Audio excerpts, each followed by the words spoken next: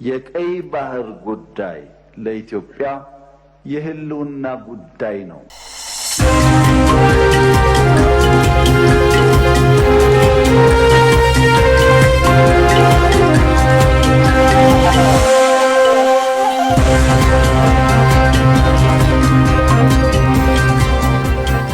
የሊቢያ መንግስት ከፍተኛ የታጣቂ ኃይል መሪ መግደሉን አስታውቋል። የሊቢያ መንግስት በሀገሪቱ ዋና ከተማ ከፍተኛ የሆነ ጥቃት የተከፈተበት መሆኑ የተገለጸ ሲሆን ነገር ግን ጥቃቱን በማክሸፍ በሀገሪቱ ታዋቂ የሆነውን የታጣቂ ኃይል መሪን መግደሉን አስታውቋል። ይህንና ተያያዥ ጉዳዮችን በዕለቱ የዓለም አቀፍ ትንታኔያችን እንመለከተዋለን። በመሪዎቿ የስልጣን ጥመኝነትና በምዕራባውያን በሳት ላይ ቤንዚን ማርከፍከፍ ወደ ፍርስራሽነት የተቀየረችው ሊቢያ አሁንም በዛችው ፍርስራሽ ከተማ ውስጥ ጦርነቱ ቀጥሏል። ከጦርነት አዙሪት አትውጪ ያላትና የፈጣሪ ቁጣ በሚመስል መልኩ አሁንም ድረስ በርስ በርስ ጦርነት ውስጥ የምትገኘው ሊቢያ ዛሬም ህይወት የሚቀጠፍባትና ሰዎች ዳግም አለመረጋጋት ውስጥ የሚገቡባት እየሆነች ነው። ከሰሞኑ እንደ አዲስ የተቀሰቀሰው የእርስ በርስ ግጭት ቢያንስ የ6 ሰዎችን ህይወት የቀጠፈ ሲሆን ይህም የታዋቂው መሪ ታጣቂ ቡድን መሪ መገደሉ ተሰምቷል። ይህንና ተያያዥ ጉዳዮችን በዛሬው ዓለም አቀፍ ትንታኔያችን እንመለከተዋለን። ደረጀ መንግስቱ ነኝ።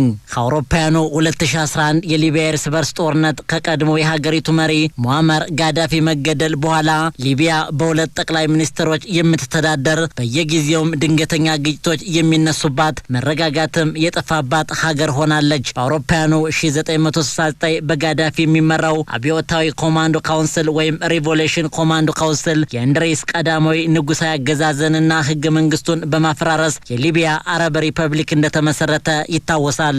ጋዳፊ መሪ በነበሩበት ወቅት የሊቢያ ስም ሲለዋወጥ የቆየ ሲሆን ለአብነትም ከአውሮፓውያኑ 1969 እስከ 1977 ስሟ የሊቢያ አረብ ሪፐብሊክ ተብሎ ነበር። በ1973 ደግሞ ስሟ ወደ ሶሻሊስት ህዝቦች ሊቢያ አረብ ጃማህሪያ የተለወጠ ሲሆን ጃማህሪያ በጋዳፊ የተፈጠረ ቃል ሲሆን በተለምዶ የብዙሃንነት መንግስት የሚል ትርጉም እንዳለው ይገለጻል። የዛሬዋ በሁለት መንግስት የምትመራው ሊቢያ በ1986 አሜሪካ የቦምብ ድብደባ ማድረጓን ተከትሎ ደግሞ ታላቋ የሶሻሊስት ህዝቦች ሊቢያ አረብ ጃማህሪያ ጋዳፊ መሪ በነበሩበት ወቅት የሊቢያ ስም ሲለዋወጥ የቆየ ሲሆን ለአብነትም ከአውሮፓውያኑ 1969 እስከ 1977 ስሟ የሊቢያ አረብ ሪፐብሊክ ተብሎ ነበር። በ1977 ደግሞ ስሟ ወደ ሶሻሊስት ህዝቦች ሊቢያ አረብ ጃማህሪያ የተለወጠ ሲሆን ጃማህሪያ በጋዳፊ የተፈጠረ ቃል ሲሆን በተለምዶ የብዙሃን መንግስት የሚል ትርጉም እንዳለው ይገለጻል። የዛሬዋ በሁለት መንግስት የምትመራው ሊቢያ በ1986 አሜሪካ የቦምብ ድብደባ ማድረጓን ተከትሎ ደግሞ ታላቋ የሶሻሊስት ህዝቦች ሊቢያ አረብ ጃማህሪያ ተብሎ ተቀይሯል። በተጨማሪም ጋዳፊ በአፍሪካ ጎረቤት ሀገራትን በተለይም ቻድን በ1970ዎቹና በ1980ዎቹ በርካታ ወረራዎችን አድርገዋል። ሁሉም ድርጊቶቻቸው የሊቢያን የውጭ ግንኙነት ከበርካታ አጋሮች በተለይም የምዕራባውያን መንግስታት ጋር እንዲበላሽ ሆኗል። እናም በ1986 አሜሪካ በሊቢያ ላይ ባደረሰችው የቦምብ ድብደባ ጋዳፊ በዓለም ዙሪያ ያሉ ጸረ ኢምፔሪያሊስትና ጸረ ቅኝ ገዢ እንቅስቃሴዎችን መደገፍ እንደሚያስፈልግ በማመን እርምጃ መውሰዳቸው ይታወሳል። በተለይ ጋዳፊ ፓን አረብና ፓን አፍሪካኒዝም ደግፈዋል። ሊቢያ ወደ ትርምስ ቀጠና ውስጥ መግባቷ በሁለት ገጽታዎች ላይ ያለውን ጠቀሜታ አጽንኦት ሰጥቷል። ለአካባቢው የጸጥታ ስጋትና ወደ አውሮፓ ለመድረስ ሜዲትራኒያን ባህርን በመጠቀም የስደተኞች ቁጥር እንዲጨምርም አድርጓል። በሀገሪቱ በ1969 መፈንቅለ መንግስት መደረጉን ተከትሎ ወደ ስልጣን የመጡት ሙአመር ጋዳፊ ብዙ የሀገራቸውን የነዳጅ ገንዘብ ከሳራ በስተደቡብ ላሉ ሌሎች ሀገራት በድጋፍ መለገሳቸው እንደ ፓን አፍሪካን ይታዩ ነበር። ነገር ግን የድርጊታቸው በምዕራባውያን ዘንድ እጅጉን ነቀፌታ ያስተናገደ እንደነበር ይታወሳል። ያም ሆነ ይህ እንደ አውሮፓውያን አቆጣጠር የካቲት 2011 ወታደራዊ አመጽ መቀስቀሱን ተከትሎ የጋዳፊን መንግስት በመውደቁ አገሪቱን ዛሬም ድረስ ወደ አለመረጋጋት እንድትሻገር ዳርጓል። የሰሜን አትላንቲክ የጦር ቃል ኪዳን ድርጅት ወይም ኔቶ መጋቢት 19 ቀን 2011 ወደ ሊቢያ የገባውን ጥምረት መርቷል። ጋዳፊን ከስልጣን ለማውረድ የሚደረገው ጥረት አካልም እንደነበር ይታወሳል። ኔቶ ከጥምረት ኃይሎች ጋር በመተባበር በማስተባበር በዋናነት በሊቢያ ላይ የበረራ ክልከላን ተግባራዊ አድርጓል። ከ7 ወራት በኋላ አማጽያኑ ዋና ከተማይቱን ትሪፖሊን ጨምሮ ዋና ከተሞችን ከያዘ በኋላ ጋዳፊ ዋና ከተማዋን ለቀው መውጣታቸው በወቅቱ ከተዘገበ በኋላ ጋዳፊ በትውልድ ከተማቸው ሴርቴ ከአንድ ልጃቸው ጋር ተይዘው መገደላቸው ይታወሳል። በወቅቱ የተባበሩት መንግስታት የጸጥታው ምክር ቤት በአውሮፓውያኑ 2011 ጋዳፊ ከተገደሉ ከቀናት በኋላ ለኔቶ የተሰጠውን ስልጣን እንዲቆም ድምፅ ሰጥቷል። ታዲያ በእነዚህና መሰል ክስተቶች ውጤት ሊቢያ በአሁኑ ወቅት የተለያዩ ክፍሎች በያዙ ተቀናቃኝ መንግስታት ተከፋፍላ ትገኛለች። ይህም በትሪፖሊ ጠቅላይ ሚኒስትር አብዱል ሐሚድ ዲቢባህ የሚመራውና በተባበሩት መንግስታት የሚደገፈው የብሔራዊ አንድነት መንግስት አንዱ ክንፍ ሲሆን ሌላኛው ደግሞ በጠቅላይ ሚኒስትር ፋቲ ፓሽጋህ የሚመራው የብሔራዊ ስምምነት መንግስት ነው። ቀድሞው የፈረንሳይ ፕሬዝዳንት ኒኮላስ ዛርኮዚ በሊቢያ በተፈጠረው አለመረጋጋት ለማስፈን ጥሩ የሆነ ሚና እንደተጫወቱ ይነገርላቸዋል። ዛርኮዚን የጋዳፊን መንግስት በገንዘብ ይደግፉ እንደነበር ዘገባዎች ቢያሳዩም ጋዳፊ የተወገዱት በሳቸው የስልጣን ዘመን እንደነበር ይታወሳል። ከ6 ዓመታት በኋላ ወደ ስልጣን የመጡት የፈረንሳዩ ፕሬዝዳንት ኢማኑኤል ማክሮን ፓሪስ ሊቢያን በማስተካከል የመሪነት ሚና እንድትጫወት ይፈልጋሉ።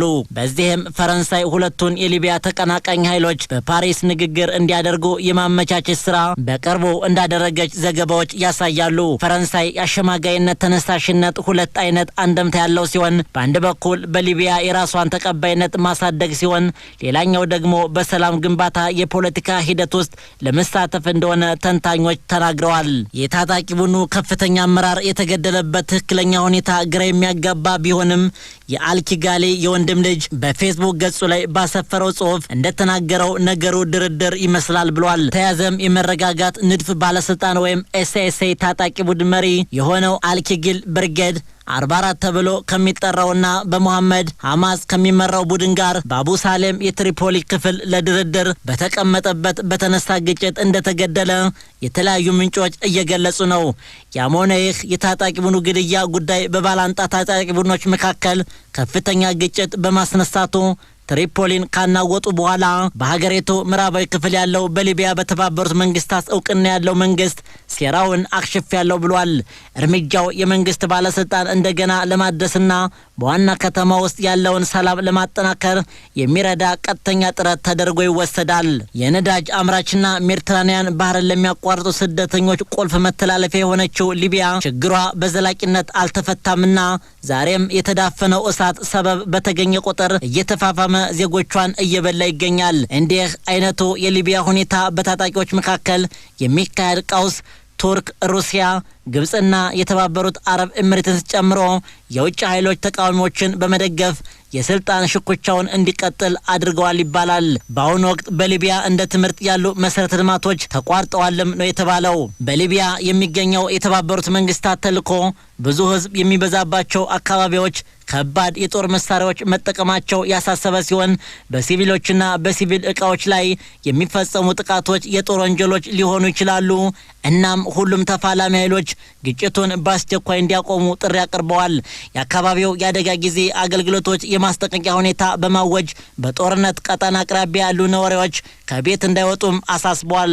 የሊቢያ የድንገተኛ ሕክምናና የድጋፍ ማዕከል በአቡ ሳሌም ዙሪያ ጦርነቱ ከተቀሰቀሰባቸው ቦታዎች 6 አስክሬኖች ተገኝተዋል ሲል አረጋግጧል። የሀገሪቱ የጤና ጥበቃ ሚኒስቴር በተጨማሪ የድንገተኛ አደጋ ሰራተኞች በአመጽ የተያዙ ቤተሰቦችን ለቀው እንዲወጡ እርዳታ እየተደረገ መሆኑን ገልጾ ሆስፒታሎችና የሕክምና ማዕከሎች የዝግጅታቸውን ደረጃ ከፍ እንዲያደርጉና ማንኛውንም ድንገተኛ ሁኔታ ለመቋቋም ከፍተኛ ዝግጅትነት እንዲኖራቸው ተማጽኗል። በተጨማሪ በትሪፖሊ የሚገኘው የብሔራዊ አንድነት መንግስት የሀገር ውስጥ ጉዳይ ሚኒስቴር ነዋሪዎች ከቤት እንዳይወጡ አሳስበዋል። በዚህም የከፍተኛ ተቋማት ዩኒቨርሲቲዎች ጨምሮ ፈተናዎችና ሁሉን አስተዳደራዊ እንቅስቃሴዎችን አቋርጠዋል። የትምህርት ሚኒስቴሩ በበኩሉ የሀገሪቱ የደህንነት ሁኔታን እያሽቆለቆለ ነው ሲል ስጋቱን ገልጿል። በአውሮፓውያኑ 2011 በኔቶ የሚደገፈው የረጅም ጊዜ ገዢ የሊቢያ መሪ የነበሩት ሙአመር ጋዳፊ ከገደለ በኋላ የሰሜን አፍሪካዊ ሀገር በምዕራብና በምስራቅ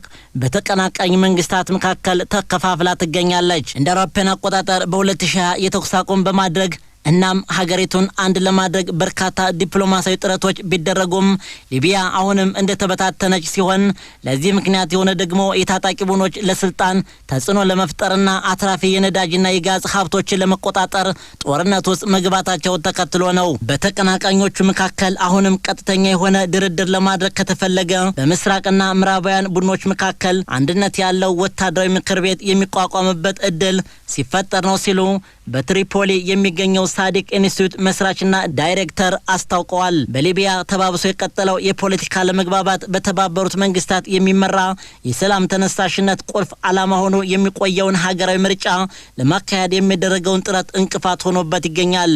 ይህ በመሆኑ ደግሞ ሊቢያ በፖለቲካና በጸጥታ ቀውስ ውስጥ እንድትወድቅ አድርጓታል።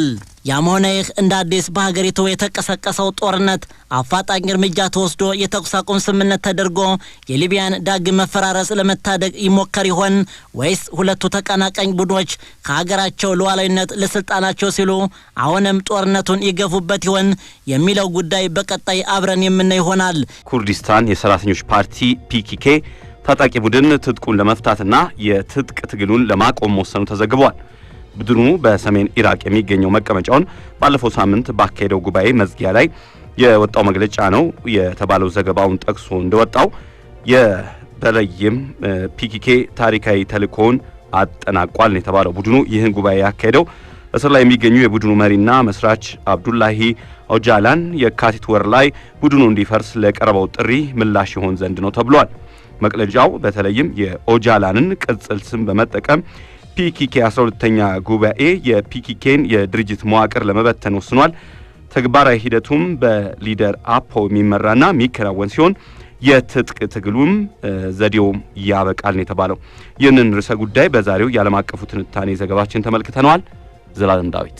እንደ አውሮፓውያኑ የዘመን ቀመር በ1984 ፒኬኬ ከቱርክ መንግስት ጋር ይፋዊ ግጭት ከጀመረ ወዲህ ባለፉት 4 አስርት ዓመታት ከ40 ሺህ በላይ ሰዎች በግጭቱ ህይወታቸውን አጥተዋል። ከቱርክ መንግስት ጋር ደም አፋሳሽ ግጭት ውስጥ የቆየው የኩርዲስታን የሰራተኞች ፓርቲ ፒኬኬ ታጣቂ ቡድን ትጥቁን ለመፍታትና የትጥቅ ትግሉን ለማቆም ወስኗል። የፒኬኬ መነሻ ርዕዮተ ዓለም አብዮታዊ ሶሻሊዝምንና ማርክሲዝም ሌኒኒዝምን ከኩርድ ብሔርተኝነት ጋር ያጣመረ ሲሆን ይህም ነጻ የሆነ ኩርዲስታንን ለመመስረት ያለመ ነበር። ቡድኑ የተመሰረተው በቱርክ ኩርዶች ላይ የጨመረ በሄደው ጭቆና ምክንያት ሲሆን ለአናሳ ጎሳው የቋንቋ የባህልና የፖለቲካዊ መብቶችን ለማስከበር ያለመ ነበር። በአውሮፓውያኑ 1980 በተካሄደው ወታደራዊ መፈንቅለ መንግስት ምክንያት የኩርድ ቋንቋ በይፋ በህዝብም ሆነ በግል ህይወት ውስጥ መጠቀም ተከለከለ። በኩርድኛ የሚናገሩ የሚያትሙ ወይም የሚዘፍኑ በርካታ ሰዎች ተይዘው ታስረዋል። የቱርክ መንግስት የኩርዶችን መኖር ሲክድ ፒኬኬ ቱርኮችን ኩርድ መሆናቸውን ለማሳመን እየሞከረ እንደሆነ ተደርጎ ይገለጽ ነበር። ቡድኑ በ1970ዎቹ መጀመሪያ አክራሪ ግራ ዘመም ፖለቲካን ይዞ ብቅ ያለ ሲሆን አባላቱን በዋናነት በቱርክ ከነበሩት ሌሎች የግራ ዘመም ቡድኖች ማለትም ዴቭ ገንች ከሚባሉት አሰባስበዋል። በ1980ዎቹ እንቅስቃሴው ሌሎች በጎሳ ላይ የተመሰረቱ ቡድኖችን ማለትም አክራሪው ግራ ዘመሙን የሚከተሉ ቱርኮችንም ያካተተ ሲሆን ከነርሱም ጋር ተባብሯል ይባላል። መጀመሪያ ላይም ራሱን የዓለም አቀፍ ኮሚኒስት አብዮት አካል አድርጎም አቅርቧል ይባላል። ዓላማዎቹና ግቦቹ በጊዜ ሂደት ወደ ብሔራዊ ራስን በራስ የማስተዳደር ግቦች ማለትም እንደ ስዊዘርላንድ፣ ጀርመን ወይም አሜሪካ አይነት ፌዴሬሽንና ወደ ዴሞክራሲያዊ ኮንፌዴራሊዝም ተሸጋግሯል። በ1995 አካባቢ ፒኬኬ በግልጽ ዓላማውን ከነጻነት በቱርክ መንግስት ውስጥ እኩል መብቶችንና የኩርድን ራስ ገዝ አስተዳደር ለመጠየቅ ለውጦ ነበር። ይህ ሁሉ ሲሆን ግን ከ1999 እስከ 2004 እና ከ2013 እስከ 2015 የተካሄዱ የተኩስ አቁም ስምምነቶችን ሳይጨምር በቱርክ መንግስት ላይ ያደርስ የነበረውን ወታደራዊ ጥቃት እምብዛም አላቋረጠም። በአውሮፓውያኑ 1995 የቡድኑ መሪ አብዱላሂ ኦቻላን በምንም አይነት ሁኔታ የተለየ መንግስት እንዲመሰረት አናስገድድም፣ በግልጽ የምንጠይቀው የህዝቦች መሰረታዊ ምጣኔ ሀብታዊ፣ ባህላዊ፣ ማህበራዊና ፖለቲካዊ መብቶች የሚረጋገጡበት የመንግስት አወቃቀር ነው ብለው ነበር። በ1990ዎቹ አጋማሽ ላይ ይህ ለውጥ ከነጻነት ጥሪ ወደ ራስ ገዝ ሪፐብሊክነት የተደረገ ሽግግር ተደርጎ ሲተረጎም አንዳንድ ምሁራን ቡድኑ አሁንም ነጻነትን የመጨረሻ ግቡ አድርጎ እንደሚይዝ ነገር ግን መንግስት ከመመስረት ይልቅ ማህበረሰብን በመገንባት እንደሚያሳካው ደምድመዋል። እስከ አውሮፓውያኑ 1998 ድረስ ሶሪያ ውስጥ እንቅስቃሴ ሲያደርግ ቆይቶም የቱርክ ጫና እየጨመረ በመምጣቱ መሪያቸው አብዱላሂ ኦቻላን ለመሰደድ ተገደዋል። ከጥቂት ወራት በኋላም ኬንያ ውስጥ በቱርክ ልዩ ኃይሎች ተይዘው በአውሮፓውያኑ በ1999 በቱርክ ፍርድ ቤት የሞት ቅጣት ተወሰነባቸው። ቱርክ የሞት ቅጣቱን ከሻረች በኋላ በጥቅምት 2002 ቅጣቱ ወደ ዕድሜ ልክ እስራት ተቀየረና በኢስታንቡል አቅራቢያ በሚገኝ ደሴት በእስር ላይ እንዲቆዩ ተደረጉ። ከአብዱላሂ ኦቻላን መያዝ በኋላ የትጥቅ ትግሉ የቀነሰ መምጣቱ ተዋጊዎቹ ከቱርክ እንዲወጡ ምክንያት ሆኗል። ሁከቱ ድጋሚ ከተቀሰቀሰ በኋላ የቱርክ መንግስትና ፒኬኬ ከ2012 መጨረሻ ጀምሮ የሰላም ንግግር ሲያደርጉ ቆይተዋል። ይሁን እንጂ ሂደቱ በ2015 ፈርሶ ደም አፋሳሽ ግጭት እንዲፈጠርና በአንዳንድ የደቡብ ምስራቅ ቱርክ የከተማ አካባቢዎች ከፍተኛ ውድመት እንዲደርስ ምክንያት ሆኗል። በጥቅምት 2024 የብሔራዊ ንቅናቄ ፓርቲ ኤምኤችፒ መሪና የፕሬዝዳንት ሬሲፕ ጣይብ ኤርዶሃን የፖለቲካ አጋር ዴቭሌት ባይቼሊም ቡድናቸው አመጹን ማቆሙን ካወጀ ኦቻላን ሊፈታ እንደሚችል በመጠቆም አንካራን አስደንግጠዋል። የኤርዶሃን ፍትህና ልማት ፓርቲ ሀሳቡን የደገፈ ሲሆን የኩርድ ህዝቦች መብት መከበርና ራስ ገዝ አስተዳደርን የሚፈልገው የተቃዋሚው የኩርድ ደጋፊ የሆነው ህዝባዊ እኩልነትና ዴሞክራሲ ፓርቲ መሪዎች እስር ቤት ከነበሩት ኦቻላን ጋር ንግግር አደረጉ። ፒኬኬ ጥሪውን ተከትሎ ወዲያውኑ የተኩስ አቁም አውጆ መሪው እንዳሳሰቡት ጉባኤ ለመጥራት ዝግጁ መሆኑን ገልጿል። ነገር ግን የቡድኑ መሪ በግል እንዲመሩትና እንዲያስተዳድሩት አስፈላጊዎቹ የደህንነት ሁኔታዎች መሟላት አለባቸው የሚል አቋም ነበራቸው። ባለፉት ቅርብ ዓመታት ግጭቱ ወደ ጎረቤት ሰሜናዊ ኢራቅ የተሸጋገረ ሲሆን በአካባቢው ፒኬኬ የተራራ ምሽጎች፣ ቱርክ ደግሞ በርካታ የጦር ሰፈሮች አሏቸው። አንካራ በአውሮፕላኖችና በድሮኖች የታገዘ የአየር ድብደባን ጨምሮ በታጣቂዎቹ ላይ ዘመቻ የከፈተች ሲሆን ባግዳድ ይህ ሉዓላዊነቷን የሚጥስ እንደሆነ የከሳ ነበር። ሆኖም ኢራቅና ቱርክ በጸረ ፒኬኬ እንቅስቃሴ ትብብር ለማጠናከር ተስማምተዋል። በዚህም ባግዳድ ለመጀመሪያ ጊዜ ህገወጥ ድርጅት ስትል ገልጸዋለች። ቱርክ የሶሪያ ኩርዶች ግንባር የሆነውን ፒፕልስ ዲፌንስ ዩኒትስ ወይም YPG ታጣቂዎችንም እንደ ፒኬኬ ቅርንጫፍ በመቁጠር ኢላማ ታደርጋለች። እናም ከድንበሯ ለማስወጣት ከአጋር የሶሪያ ኃይሎች ጋር በመሆን ድንበር ተሻጋሪ ወታደራዊ ዘመቻዎችን ስታካሄድ ቆይታለች። አንካራ ለረጅም ጊዜ የተቃወመችውና የሶሪያ አማጽያንን ስትደግፍ የነበረችው የሶሪያው ፕሬዝዳንት ባሻር አልአሳድ በታህሳስ ወር መወገዳቸው የቱርክን አቋምና ተጽዕኖ በዚያ አጠናክሯል። ቱርክ YPG እንዲፈርስና መሪዎቹ ከሶሪያ እንዲወጡ ጥሪ ያቀረበች ሲሆን ጥያቄዎቿ ካልተመለሱ ቡድኑን ለመጨፍለቅ ወታደራዊ ዘመቻ እንደምታካሄድ አስጠንቅቃለች። የቱርክ፣ የአሜሪካ፣ የሶሪያና የኩርድ ባለስልጣናት የሶሪያ ኩርድ ተዋጊዎች የወደፊት እጣ ፈንታ ላይ ስምምነት ላይ ለመድረስ ጥረት ሲያደርጉም ቆይቷል። ቱርክና አሜሪካ፣ የአውሮፓ ህብረትና አንዳንድ ምዕራባውያን አጋሮቿ ቡድኑን የሽብር ቡድን ብለው ፈርጀውታል። ቡድኑ በሰሜን ኢራቅ በሚገኘው መቀመጫው ባለፈው ሳምንት ባካሄደው ጉባኤ መዝጊያ ላይ የወጣ መግለጫ ነው የተባለውን ዘገባ ጠቅሶ የፊራት የዜና ወኪል እንዳስነበበው ፒኬኬ ታሪካዊ ተልእኮውን አጠናቋል ብሏል። ቡድኑ ይህን ጉባኤ ያካሄደው እስር ላይ የሚገኙት የቡድኑ መሪና መስራች አብዱላሂ ኦቻላን በየካቲት ወር ላይ ቡድኑ እንዲፈርስ ላቀረቡት ጥሪ ምላሽ ይሆን ዘንድ ነው ተብሏል። መግለጫው የሰውየውን ቅጽል ስም በመጠቀም የፒኬኬ 12ኛው ጉባኤ የፒኬኬን የድርጅት መዋቅር ለመበተን ወስኗል። ተግባራዊ ሂደቱም በሊደር አፖ የሚመራና የሚከናወን ሲሆን የትጥቅ ትግል ዘዴውም ያበቃል ብሏል።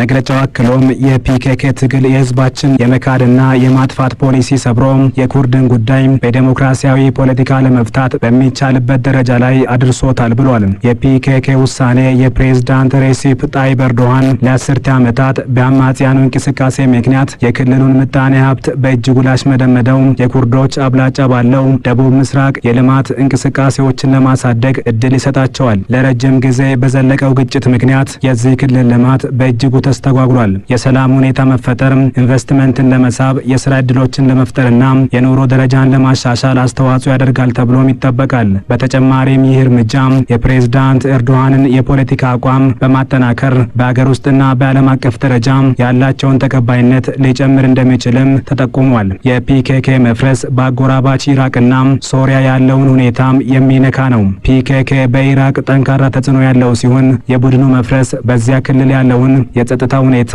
ሊያረጋጋ ይችላል ተብሎ ይገመታል። በሶሪያ ደግሞ የኩርድ ኃይሎች ከአሜሪካ ጋር ጥምረት ያላቸው ሲሆን የፒኬኬ መዳከም በክልሉ ውስጥ ያለውን የኃይል ሚዛን ሊቀይርም ይችላል። ይሁን እንጂ ይህ ለውጥ አዎንታዊ ወይም አሉታዊ ውጤት ይኖረው እንደሆነ አሁን በእርግጠኝነት መናገር አይቻልም ይላሉ የፖለቲካ ተንታኞች። የፕሬዝዳንት ኤርዶሃን ፍትህና ልማት ፓርቲ ቃል አቀባይ ኦሜር ሴሊክ የፒኬኬን የመፍረስ ውሳኔ ሽብር የሌለባትን ቱርክን ለመገንባት ወሳኝ እርምጃ ነው ብለዋል። ምንም እንኳን ይህ እርምጃ አበረታች ቢሆንም ያለፉት የሰላም ሙከራዎች ሳይሳኩ መቅረታቸው ተፈጻሚነቱን ጥያቄ ውስጥ ይከተዋል። በተለይም ከ2013 እስከ 2015 የዘለቀውና በመጨረሻም የፈረሰው የተኩስ አቁም ስምምነት ጎልቶ ይጠቀሳል። አሁን በዋናነት የቱርክ መንግስት ለኩርድ ህዝብ ምን አይነት የፖለቲካና የባህል መብቶችን ለመስጠት ፈቃደኛ ይሆናል የሚለው ወሳኝ ጉዳይ ነው። በተጨማሪም የፒኬኬ ታጣቂዎች ትጥቃቸውን ሙሉ በሙሉ ፈተው ወደ ሰላማዊ ኑሮ እንዲመለሱ ማድረግም ሌላው ትልቁ ፈተና ነው። ምክንያቱ ደግሞ የቡድኑ አመራሮች ያሳለፉትን ውሳኔ በስራቸው ያሉት ወታደሮች በቀላሉ ይቀበላሉ የሚል መተማመኛ አለመገኘቱ ነው ይላሉ ተንታኞች። ምንም እንኳን ቡድኑ የትጥቅ ትግሉን ለማቆም ቢወስንም ይህ ውሳኔ በሌሎች የታጠቁ ቡድኖችና መንግስታት መካከል ባለው ግንኙነት ላይ ምን አይነት ተጽዕኖ እንደሚኖረውም መታየት አለበት። ምዕራባውያኑ ሀገራት በተለይም አሜሪካ በሶሪያ ከኩርድ ኃይሎች ጋር ያላት ጥምረት በዚህ አዲስ ሁኔታ እንዴት ይቀጥላል የሚለውም ትኩረት የሚሻ ጉዳይ ነው። ለዚህ ጥንቅር አልጀዚራን፣ ኢየሩሳሌም ፖስትንና አፍሪካ ኒውስን በዋቢነት ተጠቅመናል።